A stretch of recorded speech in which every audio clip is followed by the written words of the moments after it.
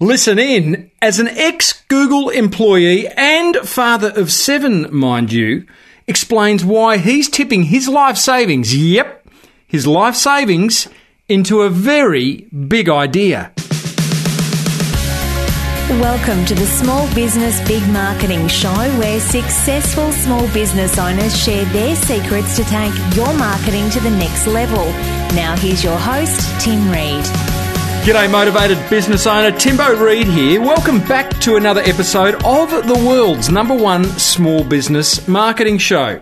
A show, by the way, if you didn't know already, laser focused on helping you, the motivated small business owner, grow a business you love through some very smart marketing.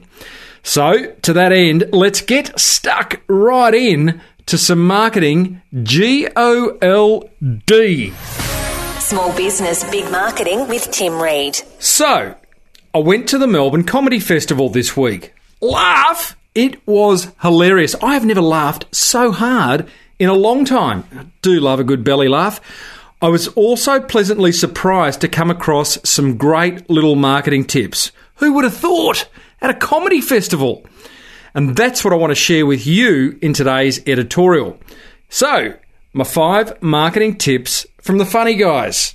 Tip number 1, rely on reviews if you don't want to put people off. Let me explain.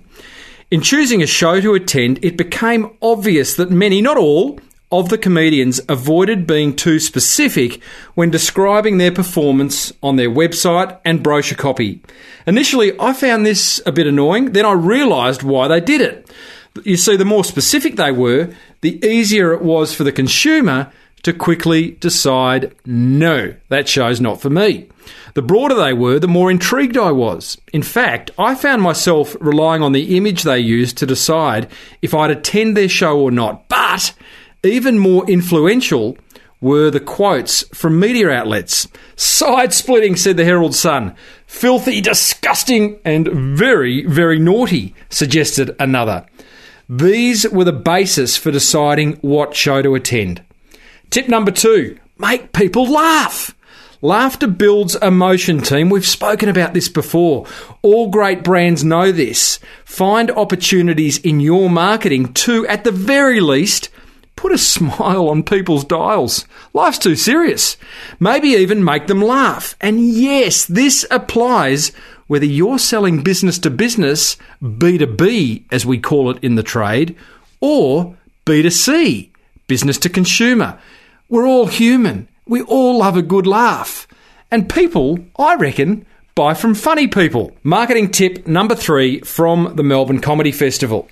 Get your audience involved. Both shows I went to involved audience participation, and it added a whole other dimension. I'm currently doing some speaker training, and I'm also being encouraged to get audiences involved more often. I did it last week, and it worked an absolute treat. It makes what you have to offer so much more memorable. And by the way, this idea applies just as easily to your online marketing activities as it does to if you were speaking at a networking event or an expo. Think about how you can get your prospects involved via, say, social media or email marketing. You can and you should. Tip number 4, cross-promote as often as you can. At the end of both shows, the comedians suggested other shows we'd also like. Amazon do this. People who bought this book also bought this book. You know, you've seen that when you've bought a book before. It's useful for the audience and it's just good karma to promote other businesses. By the way, the 2 shows the 2 shows I saw were called Kraken and Dr. Professor Neil Patel. Absolutely hilarious. Tip number 5, use flyers more often. So much marketing lives online these days, but what about the good old-fashioned flyer? I think every business should have something physical they can leave with a prospect beyond a business card. 2 or 4 pages that clearly states the problem, reveals a simple solution, and contains a solid call to action is marketing gold. Get one designed, print 200, and test it for yourself. So there you go, my 5 marketing tips from the funny guys from the Melbourne Comedy Festival. What a laugh.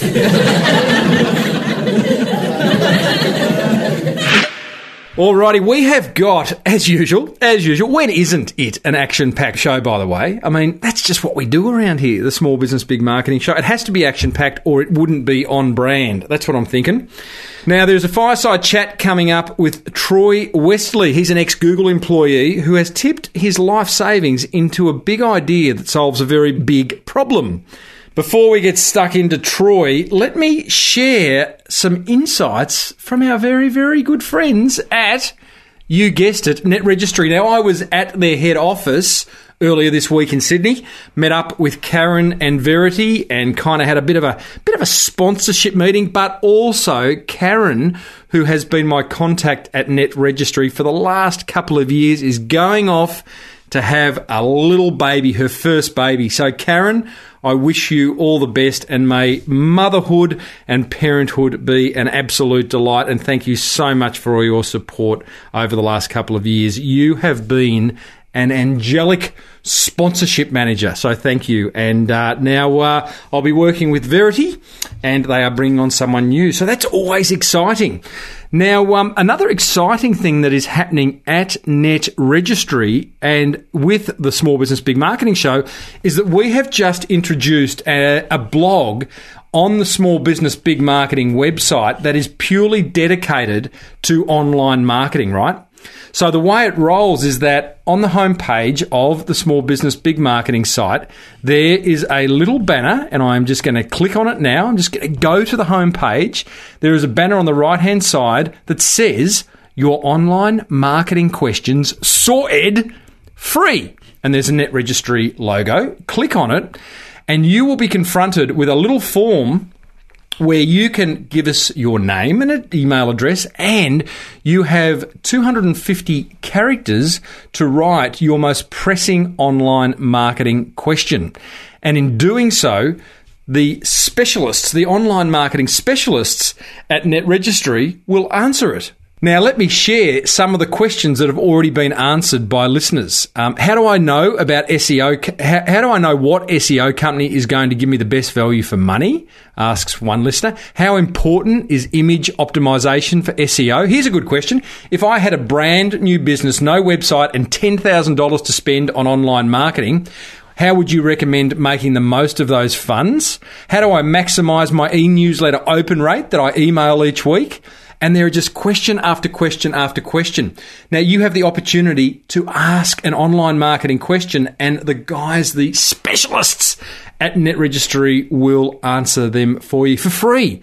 No obligation, no nothing. We just want to get your online marketing sorted, because that's what the guys, the team at Net Registry do. So head over to smallbusinessbigmarketing.com and click on that little banner on the right-hand side that says Net Registry, and you can send us your question, and we will get it answered quicker than you can say, "Geez, Net Registry really get your online marketing sorted, don't they?" Now, my guest today is Troy Westley, and Troy is an ex-Google employee. In fact, he was the enterprise sales manager at Google. And he's now the founder of CareMonkey, which is an electronic medical emergency and permission forms service, system, process. You can call it whatever you want, but it solves a massive problem. And that's what great marketing does, doesn't it? It just solves problems elegantly and simply. So there is marketing gold dripping from this ceiling as Troy and I sit around the fire and chew over how he's managed to make CareMonkey what it is today. I started off by asking Troy about that very, very funny film all about Google, The Internship.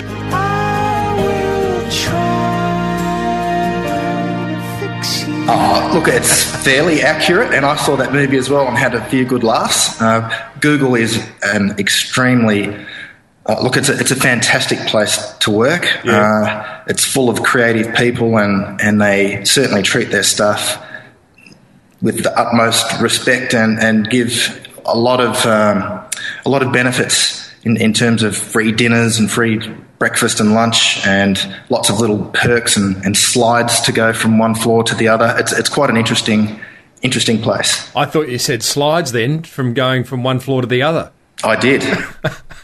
Let's just get clear there, mate. Are we talking sort of bright primary colours, yellows, reds, blues, where you literally slide down from the second floor to the first? You nailed it there, Wow. Tim. Exactly that. Wow. Is that gimmicky? I mean, that is gimmicky, but what did you find that did as a staff member? Did you go, I'm just sliding down to the first floor, or you take the stairs? It's just a bit of fun, Tim. And, Right. people enjoyed that environment. It was different and colourful and just a good place to be around. Yeah. So, and all those perks, I mean, you read, there's always there's two views to that whole Google thing, isn't there? There's one that says, they just work you to the ground, and the free dinners and the fun and all that's to keep you there working 20 hours a day, and hopefully their greatest wish is that you sleep at the office, or is that part of it? I think it's part of it. There's definitely no reason to leave the office. That's definitely part of it. And that's probably one of the reasons why I didn't hang around at Google for too long. Yeah. Like it was a really difficult job to get. It was a hard interview process that took several months and about 7 different interviews and presentations and so on. But to be honest, Tim, I was too old. Yeah. And not too old in terms of, being a fuddy-duddy. Yeah, but, we've all got 19-year-old brains, us blokes, but... Yeah. But my, I'd already had 25 years experience in IT. Right. And it would have been a perfect job if I was in my 20s, but being in my, 40s...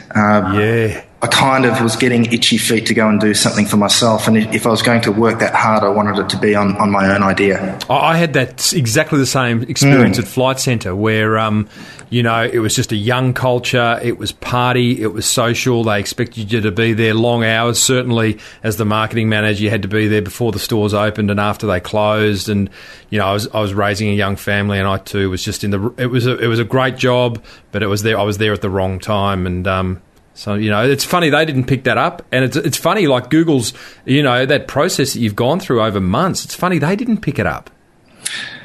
Yeah, look, it's not Google's fault. It was probably my fault, because at that point, I didn't have the courage to quit my day job and to get into a startup and create something new. And it took a little bit more courage to go and say, right, I've got a good idea, I'm going to commit to it and go for it. Well, let's talk. I love the courage discussion, Troy, because it's the difference between kind of good and great often. So were you at Google, whilst at Google, just how long were you at Google for, by the way? It was just over a year. Yeah, wow. So you really kind of realised pretty early on that you were in the wrong place. And did you have the idea for your own business pre-going into Google? No, at that point I didn't, but I was spending a lot of the time coming up with ideas. So for several years I'd had itchy feet and wanted to get into my own business. Mm-hmm. But and I spent a lot of time every morning standing in the shower until the hot water ran out, thinking up ideas, and they were all terrible. And the acid test was, would I quit my day job? Mm-hmm. To do this business or to try this new startup. Yeah. And I've got a family with 7 children. You do. So, which is an expensive household to run. So it wasn't an easy decision to go and leave the pay packet that feeds the family. Yep. to take a risk. Man, I can hear listeners. Unusually, this show has a high proportion of people trapped in cubicles listening, Troy. So right now, many people are going, oh, gee, where do I find that courage? And for you, really, was it like... Because pre-Google, you're at Salesforce, correct? Yeah, I was at Salesforce for 6 years. I was the first employee in Asia Pacific, and that was a brilliant job. Right. And, so even in that time, you every morning in the shower, hot water running out, ideas coming to you, you going, nah, wouldn't leave my job for that, and then all of a sudden, one day, an idea in CareMonkey has come to you. Is that right? Is that kind of how it worked? Yeah. What happened is I started coming up with a lot of ideas. And I thought, right, if I'm really serious about this, I'm going to have to leave Google.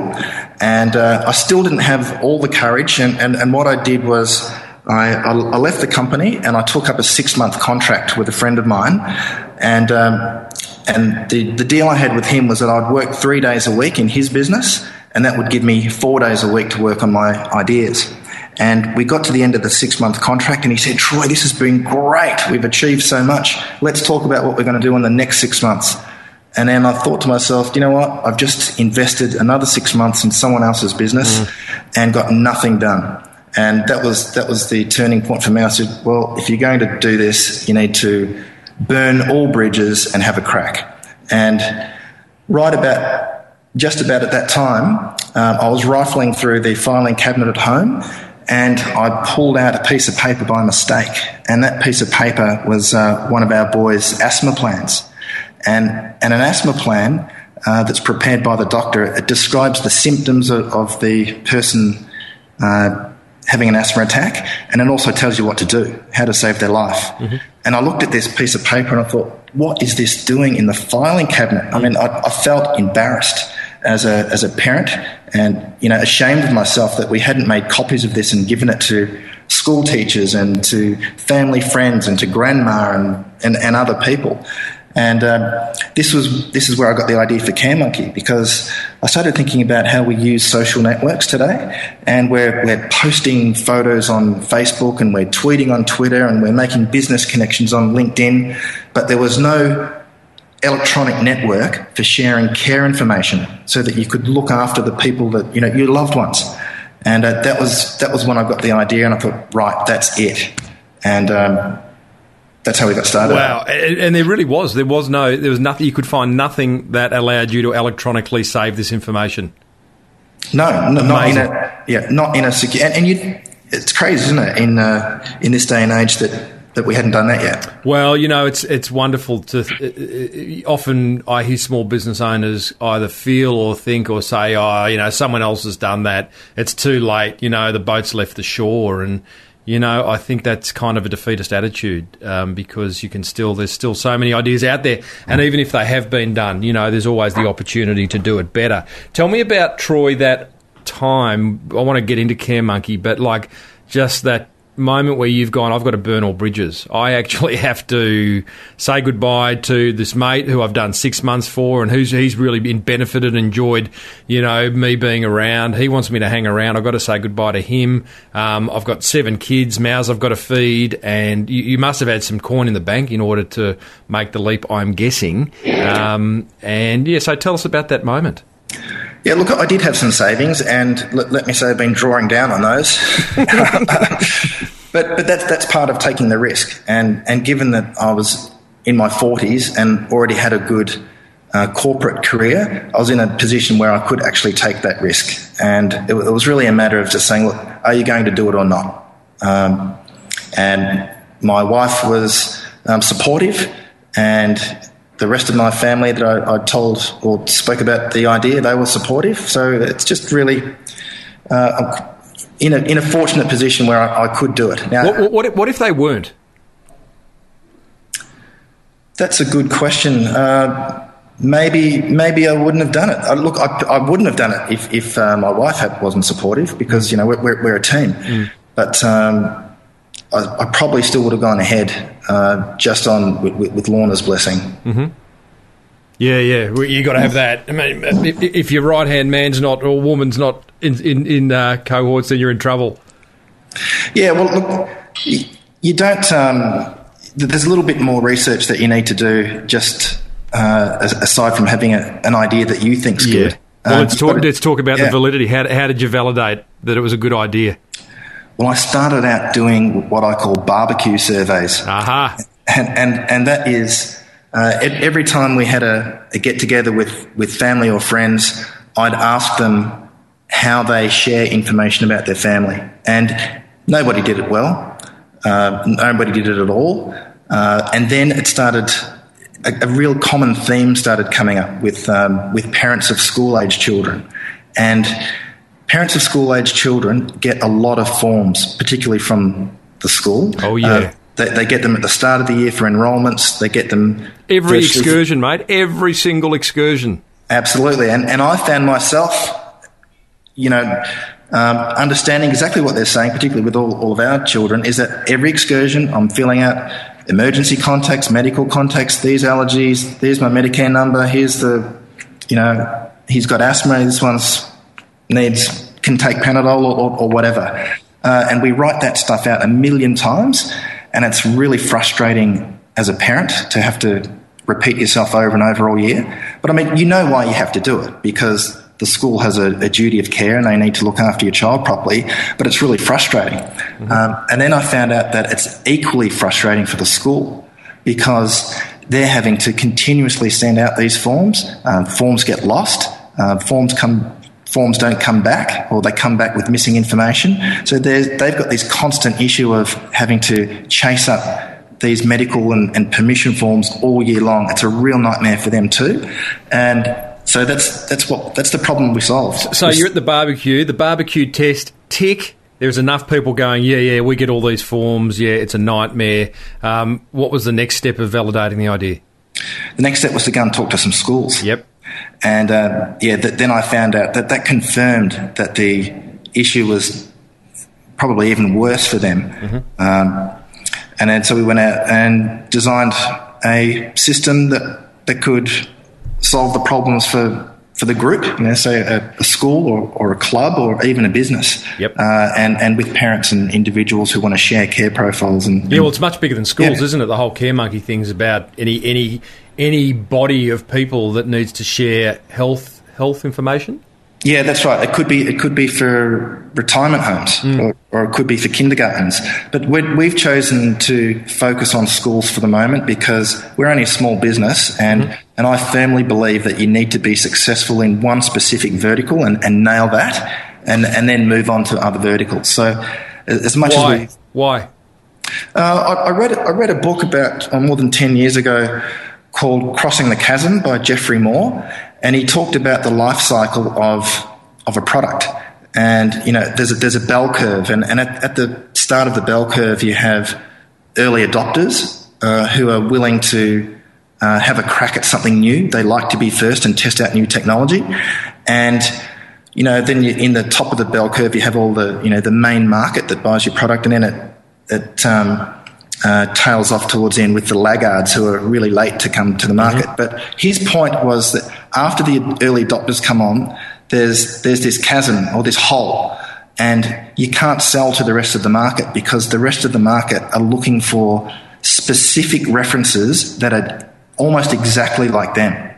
Right? So what you want to do is you want to get a initial customer base of really strong references that the main market can refer to. Right? Take comfort in. Yeah. So if we went out and got a handful of schools there and a handful of clubs and a handful of retirement villages and a handful of kindergartens, there's not enough reference space for the main market to go, wow, everybody's doing this. So you pick one market and you nail it, and then you go for another one. Well, you're a courageous fellow, Troy, because clearly, again, you are spending your savings. You've made the leap across the chasm or into the chasm. You have decided to chase down a niche, an inch wide, a mile deep. It would be very tempting. And again, I saw this in my advertising days. I see it in businesses, going the shotgun approach, the scattergun approach, if you like, where it's like, because it would have been so easy for you to go, oh, there's a sporting club, I'll have a chat to them. Oh, there's a retirement home, I'll have a chat to them, because there's money there and there's money there. But to actually drill down and focus on that niche, I think makes a lot of money. I wonder whether it will pose a challenge for you going forward if you become known Care Monkey, and even the name Care Monkey, it looks childish, if you like. I say that with the utmost respect, but you become known as the school kind of application for health information. Is it going to require sub brands going forward to appeal to sporting clubs and retirement homes? No, look. Well, firstly, if it did become known as the system for schools, I'd be happy. Happy days. Because there's 10,000 of them in Australia and 100,000 in the US, and it's a huge market. Yeah. But having said that, what we're seeing is so clubs and businesses are still buying it, and it's interesting that, for instance, one of the footy clubs that came on board recently, they contacted us on the website because their child is at a school that uses CareMonkey, and the club president contacted us and said, "Hey, I've just had to fill out this care profile for my child at the school. This would be awesome for our club." So they get so they signed up for their club, and then exactly the same thing. With our first business that came on board, we've just filled out this form. This would be really great for our business. So great. Again, there's marketing gold dripping from this ceiling, Wesley.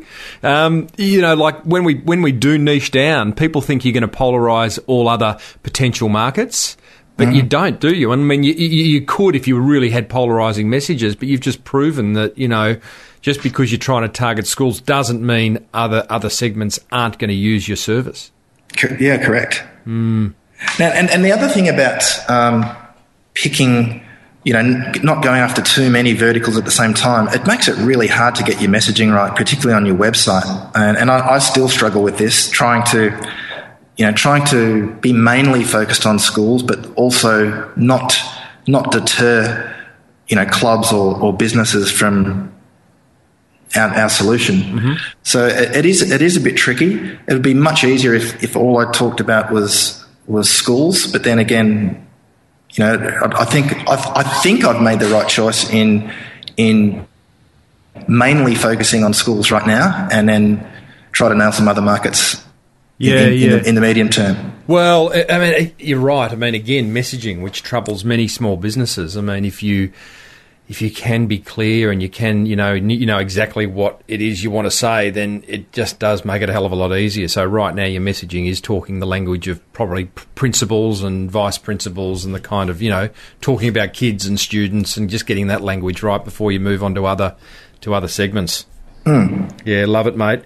Hey, listeners, talking to Troy Wesley, who is the founder of what I was originally calling an app, which, Troy, it's not. It's called CareMonkey. You can visit it at caremonkeyapp.com. But it's not an app. Explain that, Troy. Yeah, look, what our system is, it's a health and safety system that basically allows a school or a club or a business or any group that has a duty of care. It enables them to request care information, say, from parents. And the group uses our website to send invitations to parents, and the parents get an email that asks them to click a link and enter the details for their child online. It creates an online care profile. That's then instantly available to the group, and then the group, say it was a school, can give access to those details to the right teacher or the right sporting coach. So I might be a classroom teacher in grade 3, and I now have access to all of the children in my class. Now, the app side of it is that the teacher can then download the free CareMonkey app for their iPhone or Android phone or tablet, and it downloads those care profiles onto their device in encrypted format. And that means even if there's no internet access, they can still access the information on the device. So say I'm a teacher, we've gone on a camp to Wilson's Promontory, somebody has an accident, and I can find out that they've got these allergies, they've got asthma, here's what to do, and here's how to administer the medication. Did you, with the naming of it, so I get the name CareMonkey, but you've gone with the domain name caremonkeyapp.com, which I notice when I key in caremonkey.com, it redirects. So you own caremonkey.com. Was it a kind of mistake in making your primary domain caremonkeyapp.com? That's one of the many thousands of mistakes that I've made. Love it. And we do own, our whole system runs on caremonkey.com, and the caremonkeyapp.com is just running the WordPress site, the public website. Now that's going to move over shortly to caremonkey.com as well. Yeah. So CareMonkey app will redirect in the future. It will. Yeah. So let's talk about mistakes, because you did the barbecue tests, you went and visited schools. I'm guessing, Troy, that you've read the book The Lean Startup. Yes, I have. And do you subscribe to that thinking? Yeah, we definitely we build our business on using lean startup principles. Right. The major one being? Doing everything that we can quickly, testing it with customers, like quick and fast experiments, not worrying about if we fail in an experiment, learning from it and just evolving fast. So we do things in small increments, make changes to our system in small increments and test them and then move on. Brilliant. Yeah, so you don't wait. It's funny, isn't it? You've been in corporate life, and Google and Salesforce are completely different. I mean, imagine Google would move fairly swiftly despite their size, but I don't know, mate. I mean, it's one of the wonderful things about small business and startups in particular is the ability, the nimbleness to be able to move and make quick decisions. Well, our system changes every single day. Wow. So there's no waiting around for the next version. It's every day something gets tweaked or improves or is added. That would not affect, obviously, the user experience. I mean, you're talking about tiny things, not always big things, yeah? No, not always big things, but no, and it does impact the user experience, and hopefully for the better. So yes. we're making things better and easier and faster all the time. Do you have channels for users to feed back to you? We've got on our support site, there's a feedback link where people can give us feedback. And one of the other things we do is we send out surveys using SurveyMonkey from time to time, asking for feedback. Mm-hmm. And in fact, that's a really good point about sending surveys. The last question I ask in our surveys that we send out is there anything you think you could help us with? Or do you think you could refer us to somebody in your network? Mm-hmm. And we get a lot of leads from that. Yeah, right. It's one of the best ways to get leads is in the customer survey to request help. And your customers, if you're good to your customers, they're more than happy to help you, and it's been a really good source for us. So that's okay. So I'm guessing that's a key marketing initiative. You do a number of things from a marketing point of view. I'm guessing the budget's very modest. Do you mind sharing how much your marketing budget is, and what the most effective marketing you do is? Yeah, the marketing budget's zero. No, it can't be zero. Well, no, we just I pull out some more money and we go and do things. We haven't actually got a budget. Right. If you think something has merit, you'll throw a modest amount of money at it, correct? We pull the trigger, yeah. You pull the trigger. Yeah, and we go for it. So, for instance, the most expensive things we do are we've signed up for some trade shows. Interesting. We're exhibiting at CeBIT and EduTech, mm-hmm. Which are large events coming up over the next few months. Now, why? Because CeBIT, that's a technology thing in Sydney, I thought attended by government and corporate. Don't know what the other one is, but I would have thought you'd be off at school principal conferences. Yeah, well, EduTech's more focused in that regard. EduTech, yeah, okay. Yeah, but CeBIT has a startup component, and we're part of that. And there'll be all sorts of people that we can attract there, and they might be partners, they might be investors, and government. So it's good. It's good to be at that. Oh, I'm hoping it's going to be good to be at that show. It might end up being one of the other mistakes I've made. So. I'll just chalk it up, mate. Yeah. 1001. Yeah.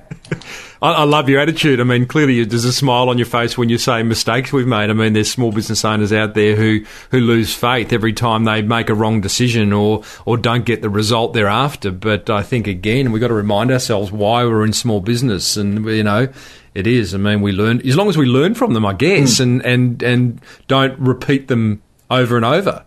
Yeah. But, and look, there's also a lot of things that you can do that don't cost any money.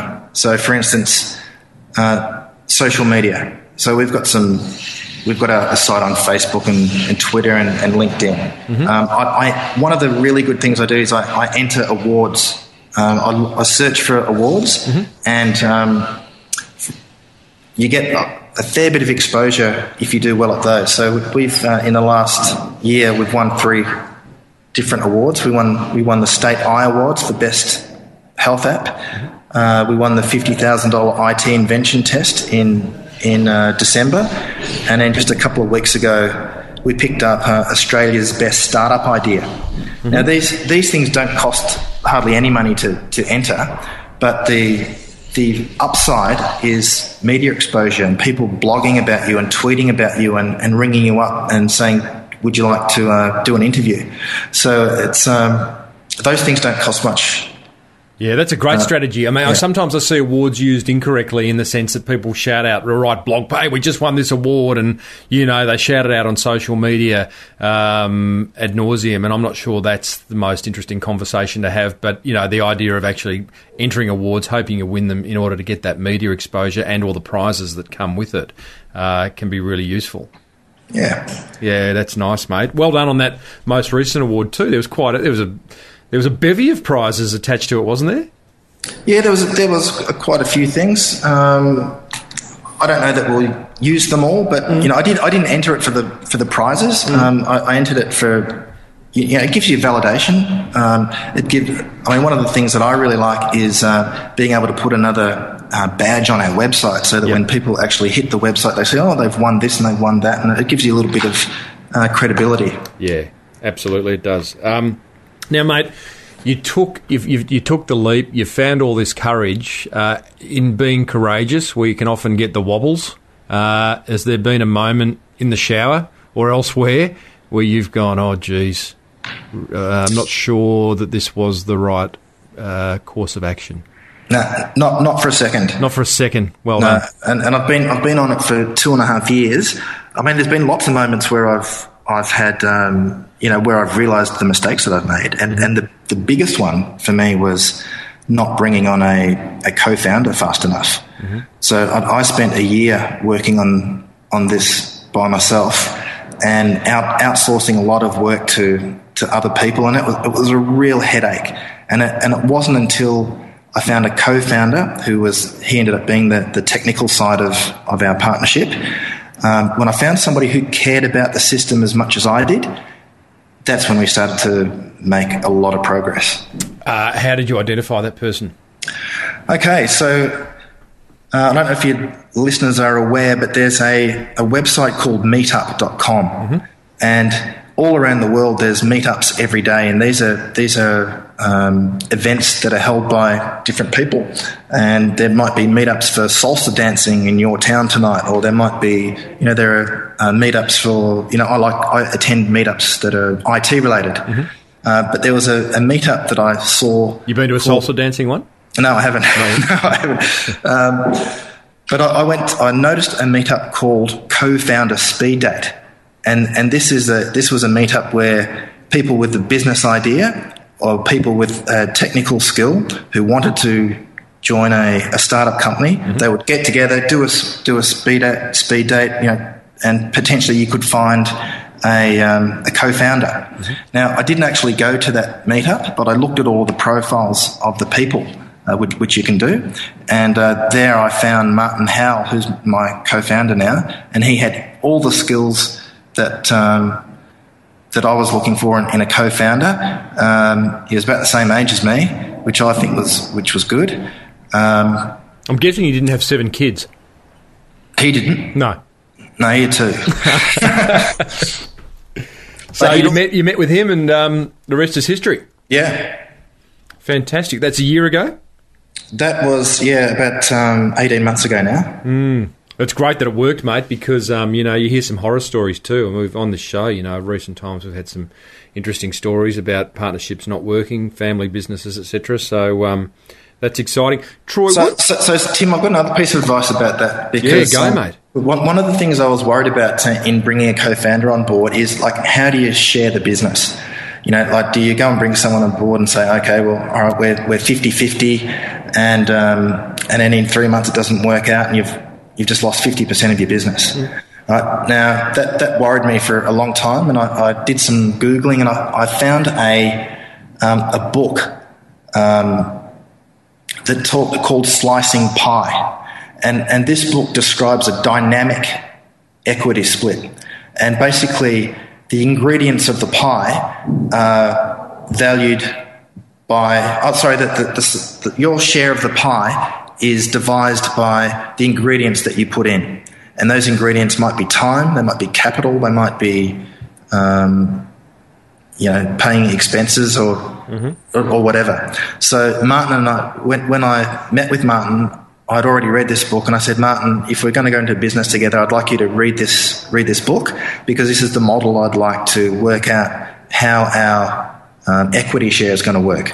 And he thought that was a great model as well, and that's what we did. So every week we worked together, we'd put in our hours and so on, and this spreadsheet just dynamically changes. So one day I might have 50%, and the next week I might have 52%. Right? But the point is, if one of the founders decides to leave, they've still got their share, but that share will start getting smaller over time. As other people come in and start adding their ingredients to the pie, the person that's left, their share starts to get smaller. But, can't they take their share as they leave, though? Well, that's up to you. That's up to the agreement that you set with your co-founder. But that's certainly not what we did. And the book, I won't go through the whole book now, but I'd advise people to have a look at it if they're interested in partnering with somebody. To have a look at Slicing Pie as a good model, and that does cover those things. How many other staff have you got now, Troy? 2.5 years in. We've got a team of 10. Wow, full time. Most of them are full-time. There are 3 in the development team, and then there are 5 in sales, and then there's a couple of part-timers that help us with finance. And are we talking a virtual team here, or all based in Melbourne? No, most of us are in Melbourne, but I've got 2 guys in Sydney and 1 in Canberra that are doing sales. Mm-hmm. And I'm imagining you'd be entering a phase of really knocking on doors, getting out there and getting sales, getting meetings with principals. Getting meetings is the most important part of our sales cycle. How do you get them? Yeah, how do you get through the Dobermans? All right, so this is the tricky part, and I'm not saying we've nailed this yet, because I try lots of different ways to get appointments. One thing that's not working very well is using MailChimp. If I send glossy, nice emails, I get a lot of I might get 20% opens, but I might get no replies. Right? But if I send a short text email that looks like it's been handwritten by me specifically for that person, I get good reply. I mean, I think that's a good learning. Yes. Let's just focus. Very good learning, big learning. I mean, these HTML emails that come out of things like SurveyMonkey or Aweber. Too often, I'm not sure what yours look like, but I think the fancier the email, the less likely you are to get a response from it, because it just looks like hard sell. Yeah. And what you've identified is a very basic, again, haven't seen it, but basic text email, personalised, even a little bit clumsy, dare I say, but just looks as if it's coming from one real person and going to another real person.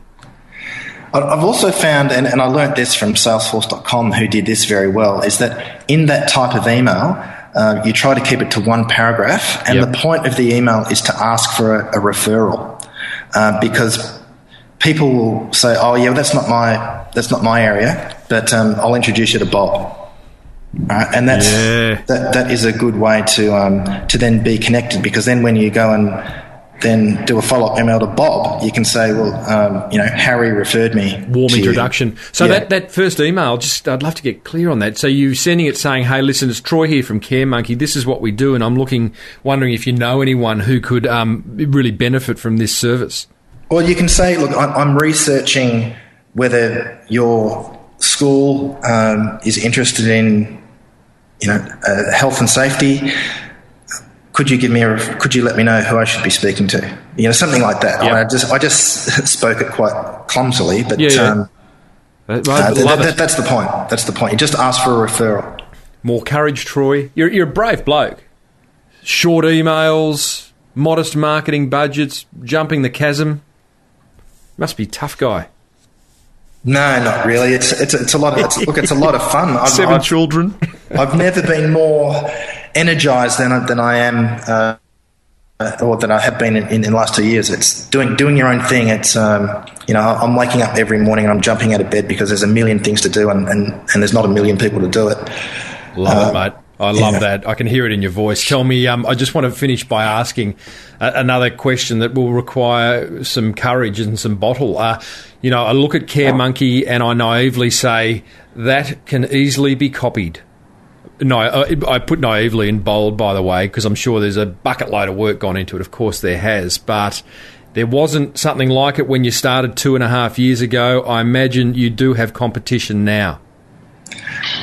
I haven't seen anybody do what we do. Wow. I mean, the thing that's unique about us is that, let's say the school invites you to submit the care information for your child. Then as a parent, you've created a care profile for your child, but now you can share that same profile with a sporting club, and you can share it with grandma, and you can share it with a babysitter, and all of those carers are sharing the one profile. So if you then add a new emergency contact, or you upload a new asthma plan, or your child's got a new medication, you update that once, and then all of those people, the school, the club, grandma, everybody, they've got instant access to the latest care information, and nobody's done that yet. So we're kind of like the Facebook of health and safety. Nice. But look, but to your point though, Tim, that doesn't mean anybody can copy us. They'll have a fair bit of work to do, but it can be done. But I think about it like this. I mean, Google has tried to copy Facebook with Google+. Yeah. Right? And I don't think that's a success. So just because somebody copies you doesn't mean you're going to fail. Correct. Or that they're going to succeed. The idea is to try to make an impact first and become the de facto. And so that's what we're nowhere near that. We're nowhere near a de facto of anything yet, but that's what I'd like to get to before other people come in. Yeah. Well, and as I always say, people can copy what we do, but not who we are. So the fact that you're building up a brand with its own language, its own personality, its own look, too, is something that's going to be tough to copy going forward. And the quicker you can embed that kind of messaging and language into as many of those 10,000 schools as possible, the better, I guess. Therein lies the challenge, huh? Well, it is a big challenge. Yeah. And but we're having a red hot go, that's for sure. Hey Troy, mate, I love it, mate. I love everything about this story, and I hope that we can chat in a couple of years or a year's time and get an update from you, because I can only imagine it'll be exciting times for you, and that you've kind of you've broken into an international market, which I guess is what, 6 months down the track, or? No, we're hooking up our first demo to a school in the US next week. Oh, gee. Love it, mate. Love your work, Troy, and I think we'll talk in 6 months' time. Forget a year. All right. Good stuff. Thanks, Troy. No worries. Thanks for having me, Tim.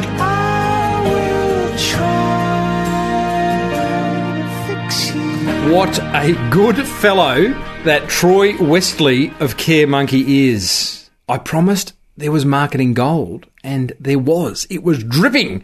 Hope you captured some notes there. I'm going to wrap up with my top 5 learnings from that interview. However, I want to let you into a little secret that smart business owners everywhere are onto. Have you got marketing materials lying around that need a little tweaking, a little zhuzhing up? Maybe the details on your business card need updating, or your logo needs altering. Or you'd like to change the colour of that beige short shirt you accidentally wore in your profile shot. That's no worries. We can do that. Well, Swiftly can. That'll be $19 and it'll be done in an hour. Thanks to Swiftly.com. Small design fixes fast. That's how they roll. You simply upload the artwork that needs fixing, tell them what needs doing, and boom, 1 hour. And $19 later, that's $19 later, it's done. Check them out at Swiftly.com. That is Swiftly. So, that Troy Westley fellow, I got a lot from that interview. I captured actually way more. Normally I would share a top 3. I am going to share a top 5 marketing learnings that I took from that fireside chat. Number one, what about the idea of validating ideas with barbecue surveys? I've heard this more than once, and I think it's a great idea. Go and test your ideas with your friends and your family. But here's the thing. If they don't like it, it doesn't make it wrong. You've got to use your own instinct, your own beliefs as well. Factor that in. Imagine if Steve Jobs had have asked everyone about whether the iPod was a good idea. They would have laughed at him and he never would have done it, but he had the self-belief to go ahead and do it. Number two, enter awards for the media coverage. That's a great idea. I'm not a big one for awards. I think they can be a bit of a distraction. But if you enter them with the idea that if you win them, you're going to use them to get media coverage, free publicity, then I think that's a really good idea. Just don't go blogging about it saying, we won this. Aren't we great? It's always what's in it for the consumer. Number three, marketing takeaway from my chat with Troy of CareMonkey. Make mistakes and make them often. How freeing is that? Just get out there, team, and make mistakes. Have a laugh at yourself along the way. We talked about laughing at the top of this program, this episode, but keep moving forward. We learn from our mistakes. If you make the same mistake 3 or 4 times, then go and take a good look in the mirror, but make mistakes, learn, and keep moving forward. Number 4, I loved his approach to simple emails. That whole HTML thing, I reckon's got hairs on it. Simple emails, personal, short. Troy was keeping them to 1 paragraph. You could even try 1 sentence. And number 5, niching doesn't mean polarising other potential buyers. I love the fact that Troy and CareMonkey have chosen to chase after schools. There's enough schools to create a business, but he hasn't polarised sporting clubs and retirement villages and other potential customers. So choose a niche, chase it down. Love that. Now, that's it. There's plenty of other learnings, but I reckon that's enough. Go and start applying some of those learnings, and you, I reckon, will improve your marketing. Hey, no listener reviews this week to be read by celebrities or anyone else. I've just been a little bit too busy. I know, isn't that? That's a weak excuse. But been travelling a lot. Last week I've been in Hobart and Sydney. In 3 days' time I go to Shanghai for a week, delivering a keynote in Shanghai in about 5 days' time. And then, you know what? I know this sounds ridiculous. It almost sounds egotistical to share, but I am delivering a keynote in Hollywood on May 5. So I've got a bit of work to do in regards to preparing for that. I've got to make sure I've got the right haircut and do all that type of stuff. But no, I have been busy, so no listener reviews. There are plenty on iTunes, and if you do want to leave one, please head over to iTunes and do leave one. Good, bad, or indifferent. I love to hear what you think of the show. I've also been extremely busy inside the Small Business Big Marketing Forum, and I would love to see you in there. It is a place where us motivated small business owners hang out. We ask each other questions, we push each other along, we tell each other whether we're doing the good or the bad or the ugly in terms of our marketing. And it's just a place where we do hang out and just get our marketing sorted. I'm in there every day answering your marketing questions. You can join, you can become an exclusive member over at smallbusinessbigmarketing.com. Click on the forum button at the top of the page there. It's $1 for the first 7 days. I know, too cheap. But that has been taking up my time as well. So happy days. Now, that's about it. Net Registry, get your online marketing sorted. Good luck, Karen, with the birth of your new baby son or daughter. If you want to call him or her Timbo, go ahead. Bring it on. Swiftly, small design fixes fast. That's how they roll. Next week's episode, it will be Griffo and I inside the monkey cage for a bit of funny business. So look out for that, and some ripper, and I mean ripper with a capital R, interviews coming up in the coming weeks. Enough of that. I'm Timbo Reid in Melbourne, Australia, in case you wanted to know where I was. And you've been smart enough to tune in to the world's #1 small business marketing show. May your marketing be the best marketing. Bye for now. You've been listening to the Small Business Big Marketing Show with Tim Reed. Want more marketing goodness? Then visit smallbusinessbigmarketing.com.